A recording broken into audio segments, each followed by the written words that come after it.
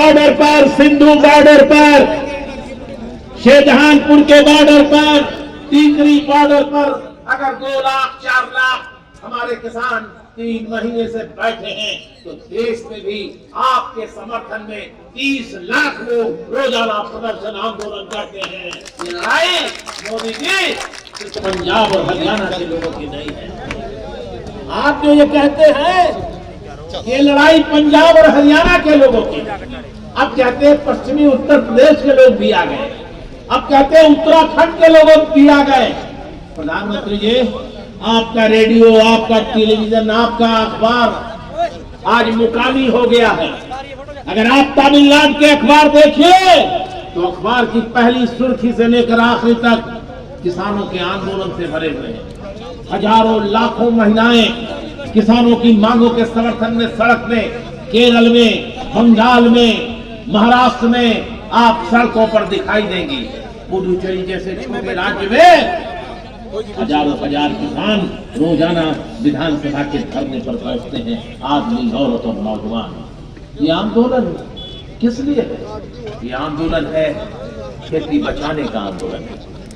ये आंदोलन गांव बचाने का आंदोलन है। ये आंदोलन किसान बचाने का आंदोलन है। ये आंदोलन देश बचाने का आंदोलन है। खेती बचेगी तो गांव बचेगा, गांव और खेती बचेगी। जब मर्जी आता है, आप तो बयान बहादुर प्रधानमंत्री हैं। आपको क्या है, अगर देश में झूठ बोलने के लिए अगर किसी नेता को, मैं राष्ट्रपति जी कहना चाहता हूं, अगर भारत रत्न दिया जाए तो नरेंद्र दामोदर दास मोदी को दिया जाना चाहिए। सुबह से लेकर शाम तक ये झूठ के अलावा और कुछ नहीं। 2013 में 14 में प्रधानमंत्री बनने से पहले आप क्या कह रहे थे? 413 सभाओं में, 250 से ज्यादा सभाओं में कहा कि अगर मैं प्रधानमंत्री बनूंगा तो सबसे पहले स्वामीनाथन कमीशन को लागू करने के लिए दस्तखत करूंगा। क्या हुआ? आप कहते हैं हमने 201 स्वामीनाथन कमीशन की सिफारिशों में 200 मान ली है, तो फिर आगे किसान सड़कों पर क्यों उतरे हैं? आप कभी कभी कहते हैं सिखों का आंदोलन है, कभी बताते हैं जाटों को आंदोलन है, कभी बताएंगे कि अब इसके अंदर कम्युनिस्ट आ गए, अब इसके अंदर कांग्रेस आ गई। मोदी जी, आंदोलन को बांटने की कोशिश मत करो। ये देश हम सबका है। ये देश जितना हिंदुओं का है, उतना मुसलमानों का है, उतना सिखों का है, उतना ईसाइयों और बौद्धों और राजपूतों का है। ये मुल्क हम सबका है, ये हम सबका मिला हुआ है। अगर इस देश की आजादी के लिए शहीद आजम भगत सिंह, सुखदेव और राजगुरु ने अपनी कुर्बानी दी, तो गदरी बाबा कहते विदेश से पैसा, विदेश से पैसा। अरे हमारी आजादी की लड़ाई में नरेंद्र मोदी जी, आपकी जमात आरएसएस और बीजेपी आजादी की लड़ाई में नहीं थे।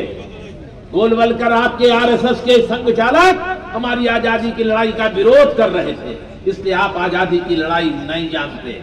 आप सर छोटू राम को भी नहीं जानते। हमारी आजादी की लड़ाई में हमारे किसानों के योगदान को आप नहीं समझते। 400 पंजाब के नौजवान जो अमेरिका में नौकरी करने गए थे, हथियार खरीदकर देश को आजाद कराने के लिए कामागाटा मारू के जहाज में बैठ करके भारत आए थे। उन्होंने गदर पार्टी बनाई थी। वो गदरी बाबा, बाबा सोहन सिंह भखना, वो गदरी बाबा पृथ्वी सिंह आजाद, वो गदरी बाबा संतोष सिंह, वो गदरी बाबा तेजा सिंह स्वतंत्र, सोहन सिंह जोश, और अब आखिरी गदरी 108 साल की उम्र में मरे बाबा चैन सिंह चैन, हथियार लेकर के भारत को आजाद कराने आए थे। 200 लोग अंग्रेजों ने रास्ते में कनाडा में मार दिए, 200 आए, सारी जिंदगी जेलों में काटी। उन्होंने ही तो किसानों को संगठित किया। वही बाबा सोहन सिंह भखना ही तो ऑल इंडिया किसान सभा के पहले अध्यक्ष बने थे। वही तो स्वामी सहजानंद सरस्वती थे। वही तो सारे लोगों ने इकट्ठा करके देश के किसानों को राष्ट्रीय आजादी की लड़ाई में इकट्ठा किया था। और तभी तो नारा दिया था बाबा सोहन सिंह भखना ने, क्या दिया था? धरती नहीं धनवानों की, है मजदूर किसानों की। जो धरती को जोते बोए, वो धरती का मालिक हुए। आज वही सवाल आ गया है। आज वही सवाल आ गया है। हमारी सारी जमीनें अंबानी और अडानी होगी। मैं उसी जमात का आदमी हूँ। 1 लाख एकड़ जमीन महाराष्ट्र की सरकार ने अंबानी साहब को दे दिया था, गेटवे ऑफ इंडिया के बगल में रायगढ़ जिले में। हमने कहा 18 एकड़ से ज्यादा जमीन कोई रखता है तो वो सीलिंग कानून से उसमें जमीन निकल जाती है। देश के अंबानी जी को 1 लाख एकड़ जमीन कैसे दी जा सकती है?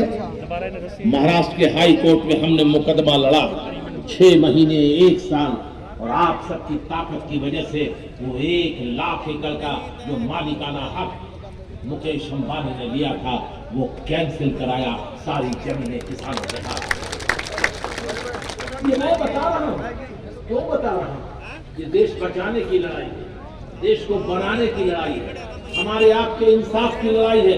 गौर करिए, क्या मिला आपको आजादी के बाद से अब तक? हम लोग बोलते नहीं थे, इसलिए 1967 में कान खोलकर सुनिए।